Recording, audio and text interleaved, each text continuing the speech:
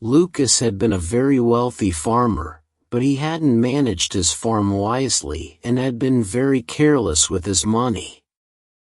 He realized too late what a fool he had been when he lost everything. Now he and his wife lived in poverty in a tiny house, which could hardly be called a house. The cracks in the walls made it impossible to keep warm. Rain came in through the holes in the roof. Their life was a constant struggle. They had always prayed for a child, but during their years of wealth God had never listened. Now they were poor and had nothing, and his wife gave birth to a baby daughter. "Oh, what are we going to do?" his wife cried. "We don't have food for ourselves. How are we going to take care of this poor little stranger?" "We'll find a way," Lucas said. "She's a gift from God, so He'll help us find a way. But first we must have her christened. We must ask someone to be our daughter's godmother." They had no relatives in the area, so Lucas went to ask their neighbor's wife. "My husband and I are only poor peasants like you. Why should we add your child to our list of money worries?" was her answer. Lucas returned home with the bad news. "What can you expect?" asked his wife sadly. "When we were rich, everyone wanted to know us and be our friends. Even the mayor invited us to his home. But now we have nothing. And not even a poor peasant woman will help us." She was very worried about their little baby. Winter was almost at its end, but it was still very cold. At night the earth froze, and in the morning the houses and trees were covered in snow. They had no clothes for their child, only old bits of cloth, and her bed was the cold, hard ground. Lucas's wife kissed their baby and cried, "My poor darling, my poor little darling." Then suddenly a happy thought came to her. She told Lucas to go and ask the mayor's wife to be their child's godmother. She was godmother to the mayor's child and was certain that the mayor's wife would do the same for them.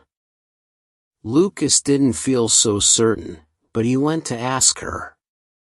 With a heavy heart, Lucas walked past the fields and farm buildings that used to be his. He arrived at the mayor's house and gave his wife good wishes to the mayor's wife. He then asked if she would be godmother to their child. "You know how hard things are at the moment," she answered. "Everyone's struggling. I can't afford to help someone as poor as you. Why are you asking me anyway? Isn't there someone else you could ask?" "Well, my wife is godmother to your child," he answered simply. "Oh, I see. So this is a debt that I have to repay, is it?" was her angry reply. "Is that the only reason your wife agreed to be our child's godmother? And tell me, what help is your wife to our child now when you have nothing? How dare you come to my home and insult me like this? I wouldn't be your child's godmother if you paid me in gold." Lucas left in tears. When he got home, he described what had happened at the mayor's house.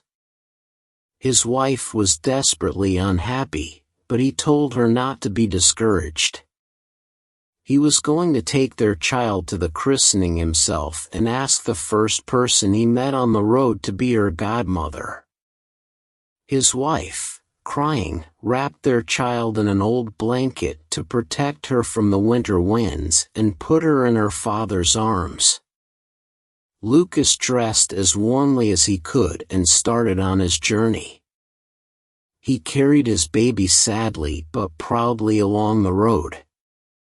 After several hours, he saw an old woman, dressed in old torn dirty clothes, walking very slowly on her old bent legs. He hesitated for a moment and then walked up to her, explained their situation and asked her if she would be godmother to their baby. The old woman smiled warmly, took the tiny baby in her arms and said, "Yes, of course I will. It will be an honor to be godmother to such a sweet little baby whose father loves her so much." They continued together to the church. The priest was just getting ready to leave when his assistant hurried up to him and whispered that some people were arriving. "Oh no," said the priest, who wanted to get home for his supper. "Who is it and what do they want at this late hour?" "It's only Lucas," answered his assistant. "You know, the one who lost everything. He's as poor as the poorest peasant now." As they approached the church, the godmother saw that the assistant was whispering something unkind to the priest. So as they entered, she pulled from her old dress a golden ducat and pressed it into the priest's hand. The priest was amazed.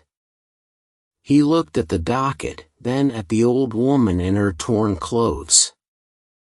He then quickly whispered to his assistant to prepare for the baby's christening.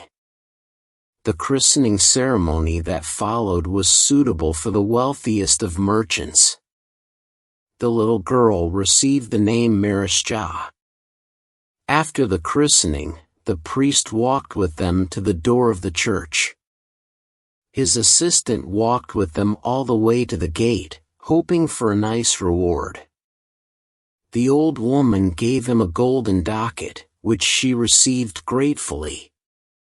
When Lucas and the old woman reached the place where they had first met, she handed the baby to him. She then reached into her pocket and pulled out another golden ducat, which she put inside the baby's blanket.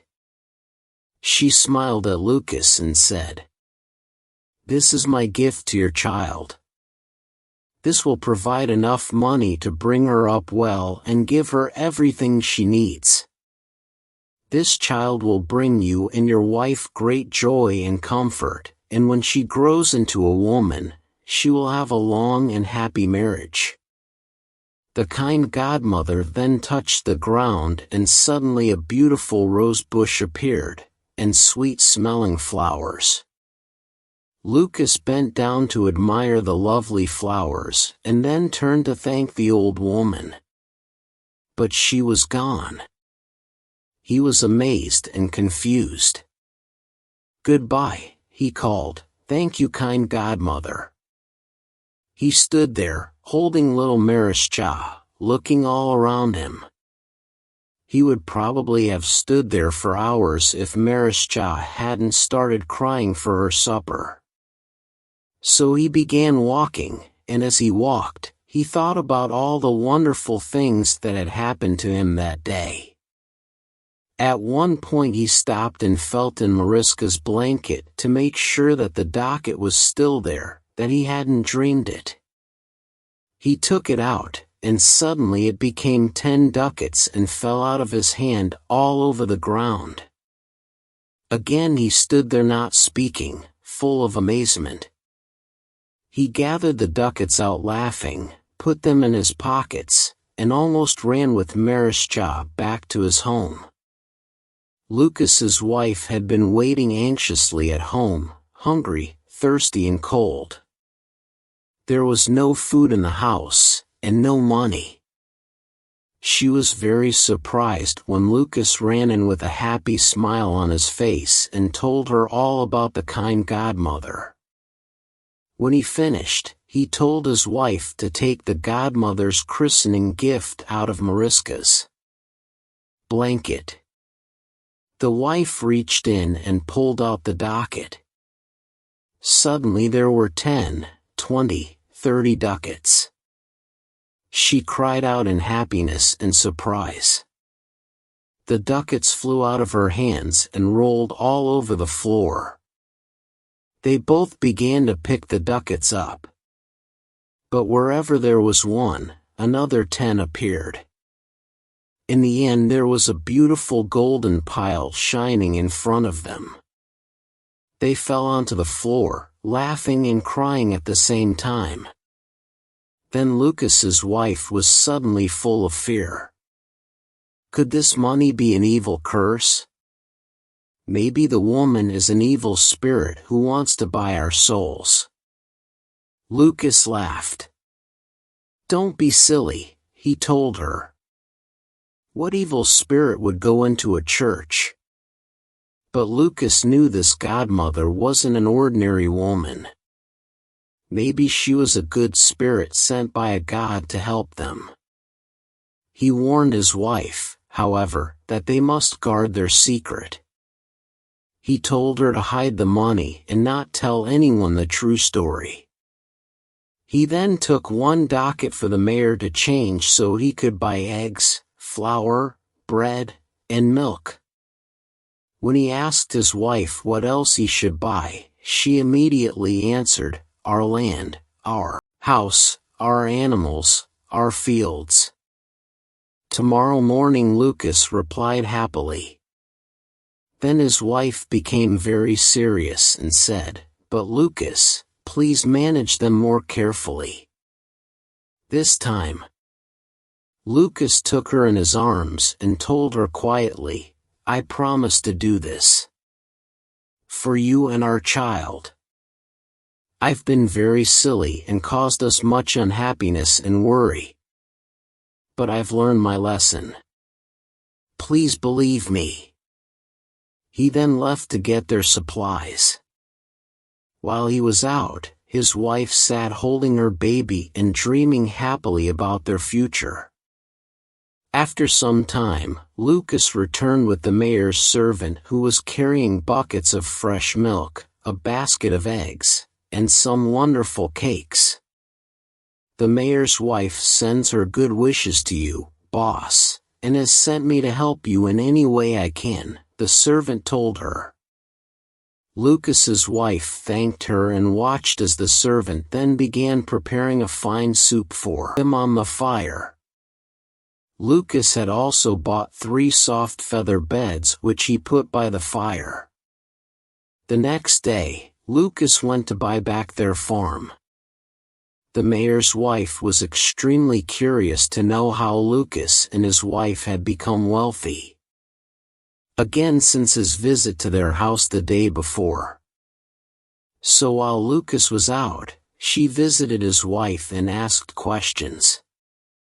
But Lucas's wife didn't give away their secret. She just told her that Mariska's godmother had very kindly given them enough money to help them start again.